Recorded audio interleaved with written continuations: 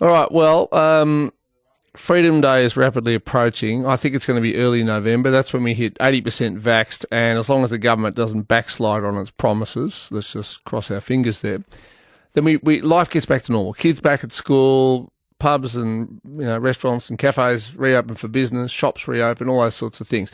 But, and there's always a but, this reopening will only be available to people who have a vaccine passport and who have been obviously therefore double vaccinated. Now, as we know, there's a probably 15% of the population will refuse to get vaccinated, but they will not want to miss out on going to the pub, going to the restaurant, going to a shop. So the demand for forged vaccine passports of one form or another, I reckon, will go through the roof. Our next guest is a cryptographer from the ANU up in Canberra, Dr. Vanessa T. Good afternoon. Hi, Tom. I actually live in Melbourne, by the way. Oh, I have do an you? ANU affiliation, but I'm here in Victoria. How does that work? Because I've met a number of people who say that they're at the ANU, but they're in Melbourne. How do you sort of do that?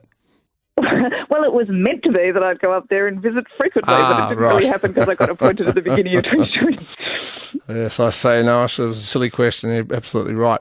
Well, okay, so I got after some trials and tribulations yesterday, sorted out my vaccine passport, and I've linked it to the Service Victoria app. Now, it's just like a digital tick saying that, yes, Tom is vaccinated. I mean, is that easy to forge? Yes, exactly. And you've really hit the nail on the head, right? It's really just a little animated tick. You might get a little animated shimmering coat of arms or a little animated shimmering Victorian triangle, but none of those things are real defences against somebody trying to forge one. Right. So can we expect that people who refuse to get vaccinated will in fact be forging them? Unfortunately, probably. There aren't really any useful defences against that. Could we have done better? I mean, could we have made the digital vaccine certificate more difficult to forge? Like with banknotes, our polymer banknotes have holograms and things like that in them. Is there a similar digital version of something like that which prevents counterfeiting? Yes, and it doesn't look similar, but it works. So across the European Union, they have been rolling out digital vaccination certificates that have a digital signature readable in a QR code. So your vaccination certificate has got your name and when you were vaccinated and whatever, and then it's got a QR code which somebody can read and use cryptography to verify the signature of and check that it's been issued by a legit public health authority in Europe. So we could have copied and pasted it. So why didn't we? I do not know. Because it seems to me it's a bit like QR codes. New South Wales led the way with QR codes, and Victoria, rather than copying New South Wales' systems, they said, no, we have to build our own one, it'll be better and so forth. Well, it wasn't. I mean, is it just bloody mindedness that stops us developing or adopting what another country has already done? Truly, I don't know, because it's very hard to get any access into any of the conversations or decisions that affect how these technologies get developed. So it tends to get dumped on us, at the same time that it gets dumped on anybody else. So we're guessing what they've done based on the media releases, same as anybody else. And do you think it matters? Like, let's say we get to 85% fully vaccinated, which is looking quite likely now. Like, we're north of 80% already with single jab. Do you think it matters if we've got 15% of the people circulating around who might have, some of whom will have forged signatures or forged passports? So I'm a cryptographer, not a public health expert, so I don't really know whether it matters or not. To me, the concern is that it isn't being accurately represented.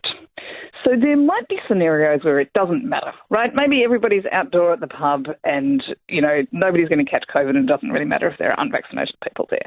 But maybe there are circumstances where it does matter, like the people running the cancer ward or a service for vulnerable elderly people, and those people need to understand that the certificates are easily forged and understand that they shouldn't be relying on them and then make their decision. Yeah, you make a good point. Tell me, how did you become a cryptographer?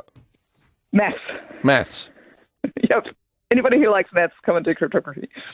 Because don't you end up, you'll end up becoming sort of spies or something like that?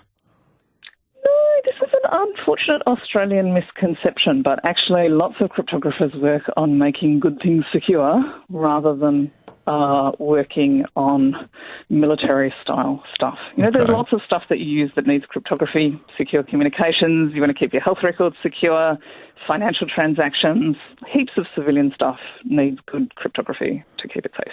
All right, well, thank you for your time. Dr. Vanessa Teague, resident in Melbourne, but from the Australian National University in Canberra.